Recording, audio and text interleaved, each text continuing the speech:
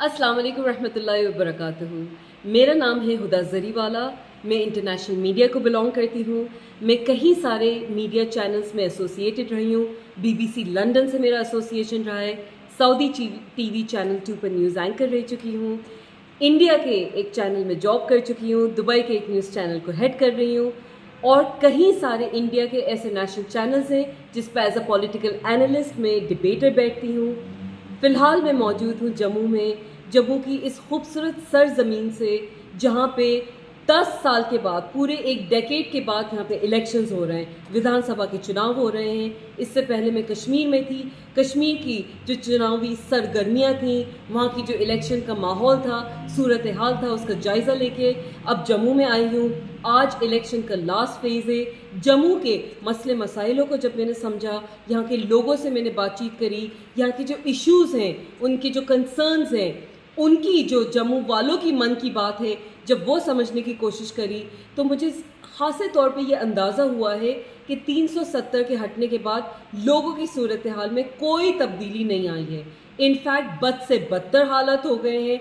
किसी तरीके का कोई काम हुआ नहीं है। जम्मू में इतने सारे ऐसे कोर बेसिक इश्यूज़ हैं जिनको एड्रेस नहीं किया गया है। कुछ मसले जो मुझे टॉप ऑफ द माइंड लग रहे हैं, मैं आप लोगों के साथ जिक्र करना चाहती हूँ उनका। एक बहुत मेजर इशू जो जम्मू का है वो है दरबार मूव का। समर कैपिटल हो जाता था कश्मीर, विंटर कैपिटल होता था जम्मू। अब क्योंकि 10 साल से ये हो नहीं रहा है, कहीं ना कहीं ये दरबार मूव जो है वो लोगों की रोज़गार के लिए एक ख़ासे तौर पे मसला बन चुका है। दरबार मूव में ये होता था कि लोगों को एम्प्लॉयमेंट मिलती थी। कहीं सारी ऐसी तादाद में गाड़ियाँ हैं जो कश्मीर से जम्मू आया करती थी, तो कहीं ना कहीं यहाँ का जो टूरिज़्म सेक्टर है उसको बूस्ट मिलता था। जो यहाँ पे गवर्नमेंट की लोग हैं जो अपनी रोज़गार इस टूरिज़्म की वजह से चलाते थे, उसमें लोगों को ख़ास तौर पे एक सहारा मिलता था। लेकिन अनफॉर्चुनेटली क्योंकि ये दरबार मूव हो नहीं रहा है, तो कहीं ना कहीं लोगों के लिए मसला बना हुआ है। अगर आप इसके अलावा जम्मू के कोर बेसिक इश्यूज़ देख लें, हम सड़क पे बात कर लेते हैं। इतनी बुरी सूरत हाल है यहाँ की सड़कों की। कल ही का किस्सा है जहाँ पे एक दुल्हन अपनी बहन के साथ जा रही थी और सड़क इतनी ख़राब हो रही थी कि कहीं ना कहीं उसकी गाड़ी के साथ साथ वो खुद भी नहीं बची है, बहुत बुरी कंडीशन में है। तो ये एक मसला है जो मैं हाईलाइट कर रही हूँ। न जाने ऐसे कितने मसले हैं। यहाँ की जो सरकार है उन्होंने जम्मू वालों को वंचित रखा। जो एडमिनिस्ट्रेटिव पॉलिसीज़ है उससे उन्होंने वंचित रखा। जो यहाँ के डोगरा कम्युनिटी है उनको किसी तरीके का जो स्कीम्स हैं, आप सिलेंडर मुफ्त स्कीम की अगर बात कर लें तो उसमें जो सब्सिडी मनी है वो लोगों को नहीं रिसीव हुआ है। उसके अलावा कई सारी ऐसी स्कीम्स हैं जो सेंटर से जम्मू तक पहुँचती ही नहीं है। हेल्थ की अगर हम बात कर लें, जो आयुष्मान भारत के तहत गोल्डन कार्ड बनाया गया था यहाँ पे, अनफॉर्चुनेटली लोग उसका फ़ायदा नहीं उठा पाए हैं। यहाँ पे लोगों को इलाज कराने के लिए इतनी समस्या होती है। मल्टी स्पेशलिटी हॉस्पिटल के नाम पे बस एक एम्स मौजूद है यहाँ पे, वो भी फुली फंक्शनल नहीं है। लोग कहाँ जाएंगे इलाज कराने के लिए? लोग अपने जो हेल्थ इश्यूज़ हैं उसका जो या तो दिल्ली लोग चले जाते हैं, बॉम्बे चले जाते हैं। आप खुद अपने स्टेट में जम्मू में क्यों इस तरह के हॉस्पिटल्स नहीं बनाते जहाँ पे लोगों को हेल्थ फैसिलिटीज़ मिल सके? अगर हम बात कर लें रिक्रूटमेंट स्कैम्स की, इतने ज़्यादा यहाँ पे रिक्रूटमेंट स्कैम्स हो रहे हैं। जेएन के पुलिस में अगर हम देख लें, वहाँ पे जो सब इंस्पेक्टर की पोस्ट है उसमें जाके इतने सारे स्कैम्स हुए हैं। उसके अलावा जो फाइनेंस अकाउंट असिस्टेंट है वो उसकी पोजीशन के लिए स्कैम्स हुए हैं। जम्मू अखनूर हॉट बेड हुआ करता था इस चीज़ का, जहाँ पे ये सारी प्लानिंग हुई है। उसके अलावा आप कश्मीर को मिलिटेंसी फ्री करने की बात करते थे।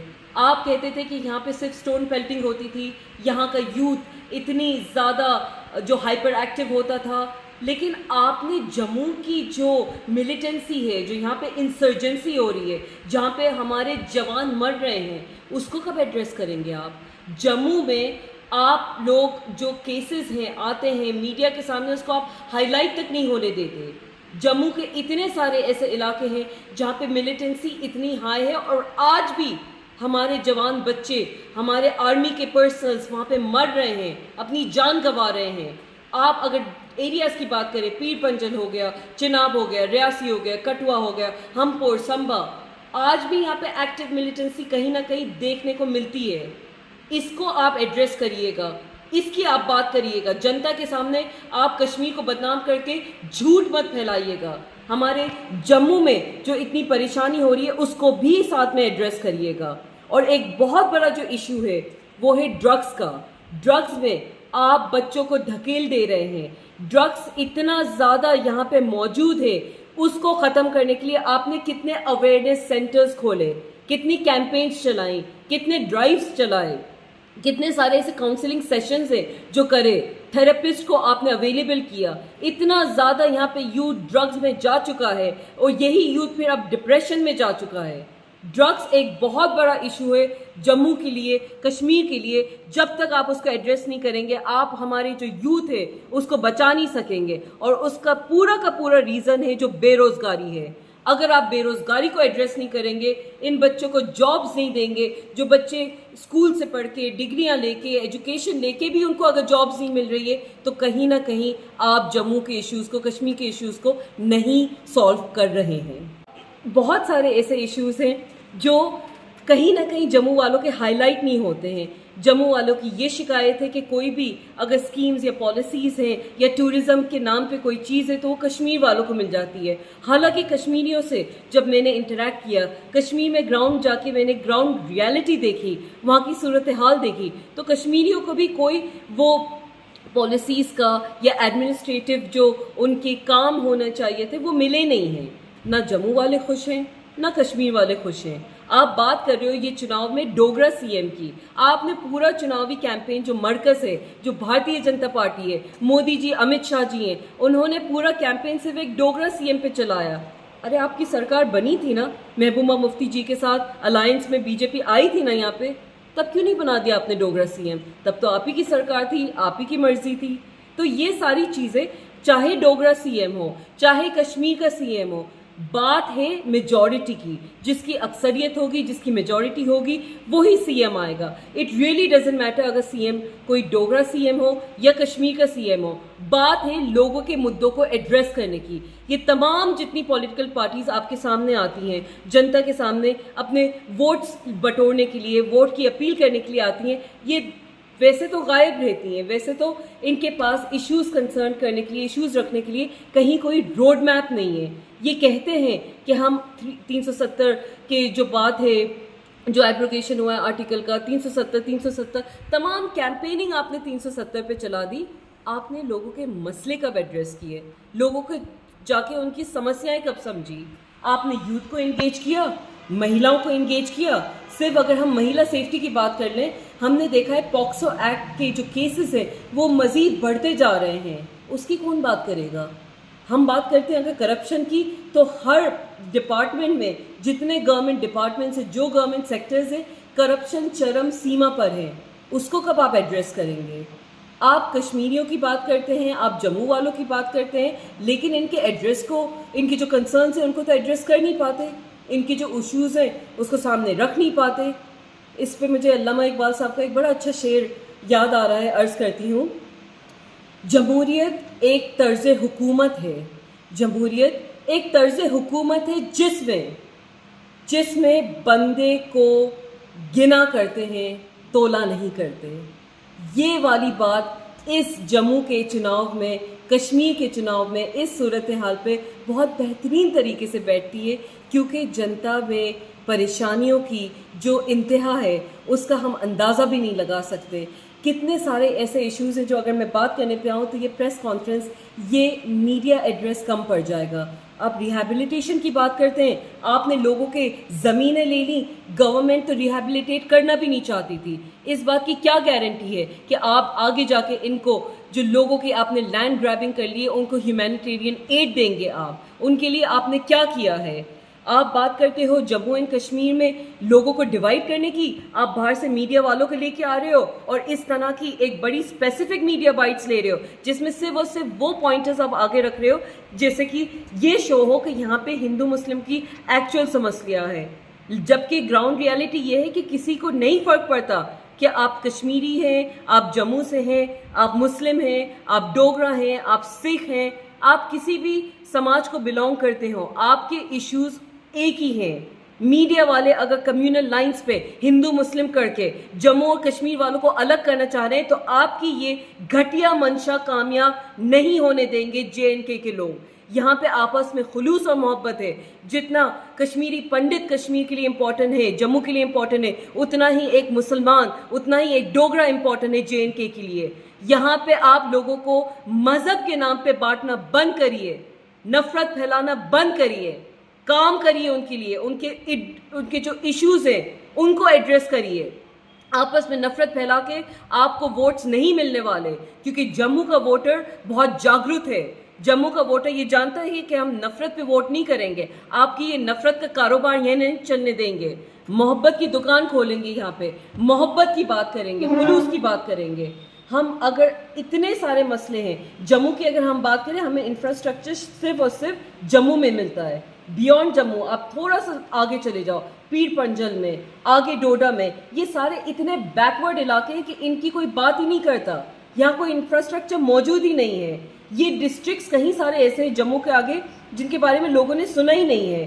पीर पंजल का जो रेंज है, जो बनिहाल का रेंज है, वो इतने बैकवर्ड इलाके हैं जहाँ पे कोई बात नहीं करता है, कोई मीडिया वाला वहाँ पे नहीं जानता है, क्योंकि इंफ्रास्ट्रक्चर ही नहीं है, रोड्स की सुविधाएं नहीं है वहाँ पे, लोगों के पास मेजर बिजली, सड़क, पानी नहीं है वहाँ पे, हेल्थ नहीं है, कोई आपने वहाँ पे अच्छे स्कूल्स नहीं बनाए। गवर्नमेंट स्कूल्स एक के बाद एक बंद होते जा रहे हैं। बच्चों को आप शिक्षा प्रोवाइड नहीं करोगे, यही मुस्तकबिल में जाके आपके वोटर्स बनते हैं, आपके फ्यूचर लीडर्स बनते हैं, आपकी जो सोसाइटी है उसका यही बच्चे आगे जाके एक अहम हिस्सा बनते हैं। आप उनको अगर इनिशियल स्टेज में शिक्षा से वंचित रखोगे तो क्या फ्यूचर होगा जम्मू का भी और कश्मीर का भी। आप अगर बात करते हो एप्पल्स की, जो एक मेजर यहाँ की हॉर्टिकल्चर एक मेजर कम्युनिटी है, एप्पल्स उसका एक मेजर बाई प्रोडक्ट है। आप एप्पल्स पे GST लगाते हो, जो कश्मीर से एप्पल आता है, जो जम्मू में आता है, जो यहाँ के लोग उसको लेके बिजनेस करना चाहते हैं, उस पर GST लगा होता है। लेकिन हिंदुस्तान के बाहर से जो एप्पल आ रहा है उस पर कोई GST नहीं है। तो क्यों आप अपने ही लोगों का बिजनेस का, ये जो स्मॉल बिजनेस ओनर्स है, इनका क्यों आप गला घोट रहे हो? आप इनके रोजगार के लिए क्यों दुश्मन बने हुए हो? मेरी सरकार से दिली गुजारिश है कि जो एप्पल्स के लिए हाईवे से ट्रक आती हैं उनको ना रोका जाए। इन हाईवे पे जो ये एप्पल्स का अपना बिजनेस करते हैं, इसको अननेसेसरली रोक के आप ये जो बिजनेस ओनर्स हैं, बेचारे स्मॉल कारोबारी हैं जो अपना बिजनेस चलाना चाहते हैं, उनको नहीं रोकें।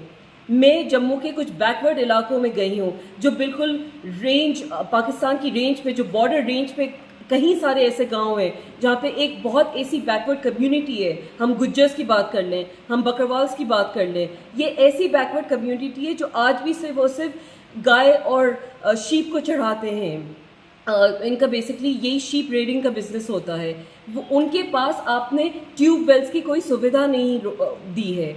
आज भी हम देखते हैं ट्यूबवेल्स में पानी नहीं आ रहा होता है। बिजली तो, सड़क तो बहुत दूर की बातें हो गई, उस पर तो आप बात ही नहीं करते हो। लेकिन पानी जो एक बेसिक ह्यूमन राइट है, आपने उनको पानी तक, उनके ट्यूबवेल्स पे पानी तक प्रोवाइड नहीं किया है। उनकी बात कौन करेगा? ये इतने बैकवर्ड गांव हैं जो बिल्कुल बॉर्डर पे लगते हैं, इनके पास कोई सुविधा गवर्नमेंट की जम्मू से आगे पहुंच ही नहीं पाती है। जब जम्मू वाले इतने परेशान हैं तो ये बैकवर्ड एरियाज वालों को कब आप एड्रेस करोगे? बहुत सारे ऐसे मसले हैं। टूरिज्म की अगर हम बात कर लें, 370 के बाद टूरिज्म कम हुआ है, कोई इसमें बढ़ोतरी नहीं हुई है, क्योंकि जम्मू में जो टूरिस्ट आते थे, जम्मू के लिए आपने ट्रेन्स की जो सुविधा कहते थे, आपके ट्रेन लाइन, ये हमारा लास्ट कॉर्नर है, लास्ट पॉइंट है, पता ही अल्लाह ही जाने कब यहाँ पे ट्रेन्स की सुविधा आएंगी। महंगाई की बात कर ले, 10 सालों में महंगाई कम नहीं हुई है, बढ़ी है हर चीज़ में। चाहे लैंड की महंगाई की बात कर लें, चाहे किसी और चीज़ की बात कर लें, इलेक्ट्रिसिटी के लोगों के बिल्स इतने ज़्यादा हैं पिछले 10 साल में, इसको कौन एड्रेस करेगा? इसमें कब बात होगी? सरकार को चाहिए, मरकज़ को चाहिए, भारतीय जनता पार्टी को चाहिए कि लोगों के कोर इश्यूज़ को एड्रेस करें, आके लोगों के बीच गुजरे, बैठें, बात करें, उनकी समस्याएं समझें, तब जाके कहीं कोई काम होगा। कोई भी और पॉलिटिकल पार्टी जो आती है, वो जब तक आपसे बात करके, आपके बीचों बीच बैठ के आपके जो इश्यूज़ है उसको नहीं समझेगा, तब तक आपका कोई काम नहीं होगा। मेरी आप लोगों के चैनल से जो भी देख रहा है, दिली ख्वाहिश है, दिली गुजारिश है, जो जनता मुझे देख रही है उनसे कि आप अपने लोकल लीडर्स को बहुत सोच समझ के, बहुत समझदारी से चूज़ करें। अभी ये विधानसभा चुनाव का जो भी रिजल्ट आएगा, आगे जाके आपके लोकल बॉडी इलेक्शंस हैं, उस चुनाव में आप बहुत सोच समझ के अपने लोकल लीडर्स को चुनें, क्योंकि यही जाके आपकी आगे आवाज़ बनते हैं, न सिर्फ म्यूनसिपैलिटी में, न सिर्फ लोकल बॉडी में, बल्कि आगे जाके विधानसभा और लोकसभा में भी इन्हीं लीडर्स के थ्रू आप अपने काम करवा सकते हो, अपनी आवाज़ सामने रख सकते हो, अपनी समस्याओं को सामने रख सकते हो। मैं एक बार फिर जम्मू के जो निवासी हैं, कश्मीर के जो निवासी हैं, उनका तहे दिल से शुक्रगुजार हूँ कि आप लोगों ने मुझे जो बेसिक ग्राउंड रियलिटी है, जो यहाँ की सूरत हाल है, उसको समझने में मेरी बहुत मदद करी। आप सबको एक बार मैं मुबारकबाद देना चाहती हूँ कि 10 साल लगे, 10 साल के बाद ही सही आपके यहाँ पे एक जो सेलिब्रेशन माना जाता है वोटिंग को, ये वोटिंग का आपका संवैधानिक हक है, आप वोटिंग करने ज़रूर जाएं। आज इलेक्शन का लास्ट फेज़ है, जो आपके आने वाले लोकल बॉडी इलेक्शंस है, जाके तादाद में वोट करिएगा, अपने लीडर्स को सही तरीके से चुनिएगा।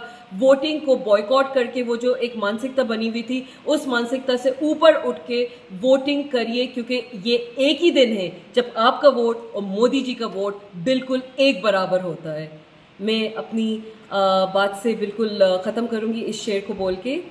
इकबाल साहब का जो शेर है मुझे याद आ रहा है, अर्ज़ किया है, तू शाहीन है परवाज़ है काम तेरा, तू शाहीन है परवाज़ है काम तेरा, तेरे आगे आसमां और भी हैं, तेरे आगे आसमां और भी हैं, सितारों से आगे जहां और भी हैं, सितारों से आगे जहां और भी हैं, अभी इश्क के इम्तिहान और भी हैं, इम्तिहान और भी हैं, इम्तिहान और भी हैं। बहुत बहुत शुक्रिया, धन्यवाद, जज़ाकल्लाह, थैंक यू सो मच।